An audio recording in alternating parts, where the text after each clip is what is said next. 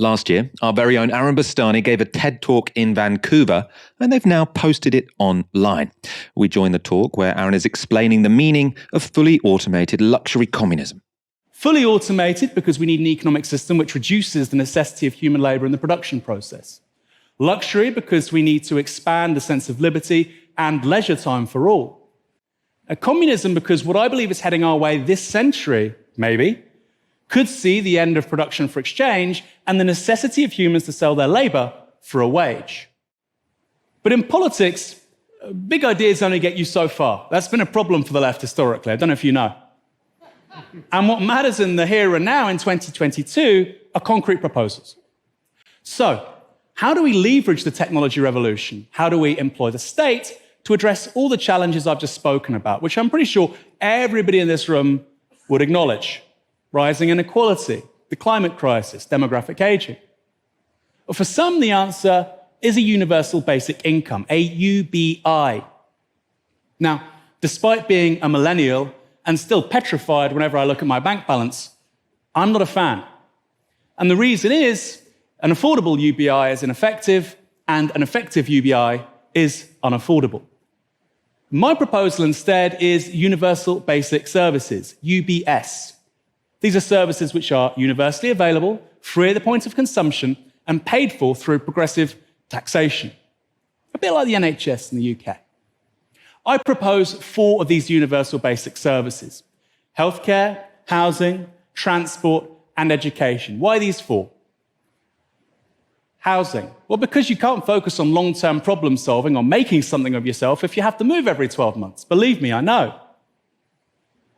Healthcare, because the basis of everything else is physical and mental well-being. Education, because you can't be of service to your community if you don't have skills, and we need to start acknowledging that an educated society is a public good.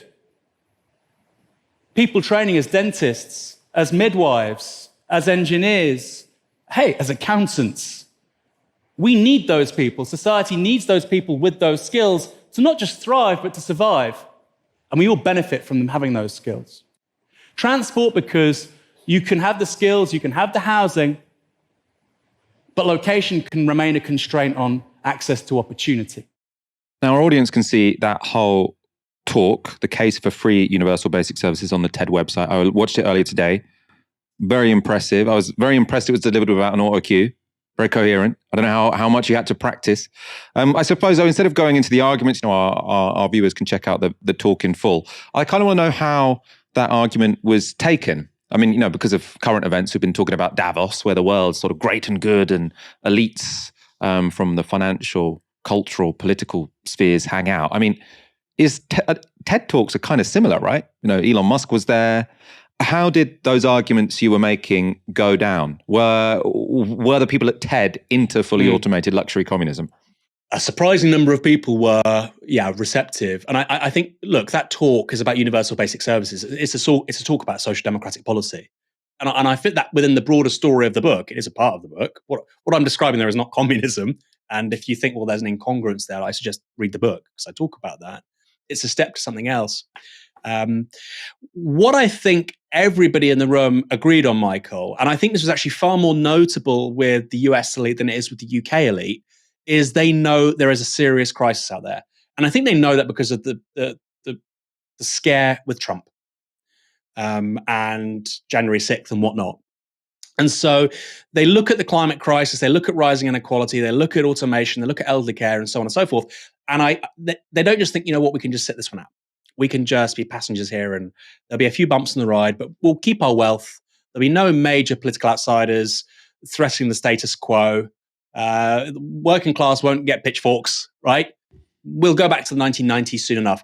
They don't think that. And actually, speaking to people privately, and of course I can't betray private confidence, but speaking to people privately, influential people, not Elon Musk, but influential people in important corporations, they would say, I don't think it's implausible that the US will have a state secede in the next 20, 30 years or civil war or some kind of real breakdown of the rule of law in a particular city or a particular state, and that leading to unforeseen consequences. That's what people were saying within the American elite. So I think in terms of the problems, they really are acknowledging them, Michael. That was my experience. Far more than you get at Westminster. The British media, by the way, that includes the liberal left media, The Guardian, all the way through to the right, the BBC. They know these problems are there, but I don't think they take them seriously. They don't take them seriously. I think they do in the US, like I say, partly because they have a leadership role within the bourgeois, right? The global bourgeois, like these are Facebook, Google, like you have to be serious about political risk. And also at the same time, like I say, that they had the Trump episode and they don't want to avoid it. They don't want to repeat it rather, which it may well do. That's not disappeared as a problem for them. So yeah, the crises they are very much aware of. And then of course it gets down to the solutions. And of course, then we can have a bit of a disagreement. But when I was talking about the crises, the challenges of the 21st century, which is the first third of my book fundamentally, I had massive buy-in from everybody I spoke to, which is really, really interesting actually.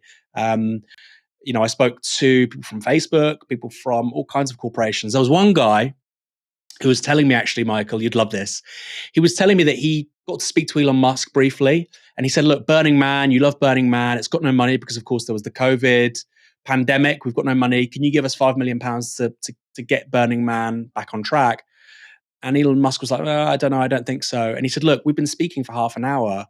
I know that you earned more than what I'm asking for in half an hour, every hour in 2021.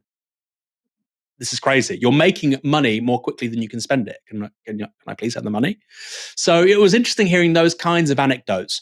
But yes, they're much more receptive around the diagnosis than they are in the UK. But of course, the prescription of universal basic services and fully automated luxury communism, now that's a work in progress. What do you think about the current state of debate when it comes to universalism? I feel like, when Bernie Sanders was running to be president, when Jeremy Corbyn was leader of the Labour Party, there was a lot of buzz around universalism. So your example there given was, the NHS. You've got the state which manages healthcare, gives it out for free at the point of delivery, all paid for by taxation. It seems like, political debate seems to be shifting away from it. And especially thinking about the NHS now, where we've got the Labour Party saying we shouldn't treat it as a religion. Lots of people pointing to sort of universal social security systems on the continent where healthcare is paid partly via taxation, but also from people's pay packets. And there's some degree of private insurance, even if no one goes without. And arguments being made that actually, works a bit better because you've got the service a little bit separated from whichever party is in power. So you can have the right wing get in power in France and Germany, the left wing get in power in France and Germany, and you've still got a well-funded healthcare system because there's a degree of remove from party politics and the service itself. I mean, what do you make of the state of that debate right now? Yeah, I think on healthcare, it's clearly taken a massive sort of step back, Michael. I think that's right. At the same time, it's the source of my next book, which is the demographic crisis, the demographic pyramid crisis, which is to say more and more people living into old age. Good, fantastic. That's a really good thing. Hallmark of civilizational success, and fewer children. So what you have over time is a shrinking taxpayer base, a working age population supporting a very large number of older people, some of them living to very, very old ages, and of course, very expensive care needs. This is a big problem in terms of growth, in terms of public spending, and in terms of inflation. Because of course, fewer workers means they can ask more for their labor, and that means the price of labor goes up. And of course, labor is a big input to prices go up. So demographic aging is another big challenge. And I think when you look at demographic aging, if you're not adopting a universalist approach, whether that's through things like childcare, like pro-natalist policies, which by the way, don't all have to come from the right. Lots of people want kids but can't have them because they can't afford to have them. Like somebody who's working, by the way, in Westminster for 30 grand a year, they can't afford to have kids, right? Even if they want to. So I think pro-natalist policies are going to have to be universal. And I think with regards to elderly care, it's going to have to be universal. And I think, you've got people right now, older people, conservative voters, who'll say, I don't believe in a death tax. I worked hard all my life to buy my house. By the way, very few people pay inheritance tax. I don't want to have worked all my life and all my money goes to the tax man. Well, look, if you live to 95 and you die from what is now the leading cause of death in this country, which is dementia, loads of your money is going to go and pay for your elderly care. You'll be living in some nursing home and £1,500 a week will be going to some nursing somewhere. And so I think there is a big sell across the classes about socialized elderly care. Because like the NHS, if you look at the US healthcare system and the UK healthcare system, we get better outcomes on a bunch of things, lower infant mortality, longer life expectancy. for a far smaller percentage of the economy. So in the US, it's about 16%. Here, it's about 10%. You could bump it up here 1-2% and it'd be amazing in the UK, right? So it's not a question of we can't afford to have universalism with elderly care or a socialized elderly care system. It's a question of we can't afford not to do that. So I think universalism is absolutely here to stay. The problem is, particularly in the UK, we just don't have serious centre-left politicians who realise it.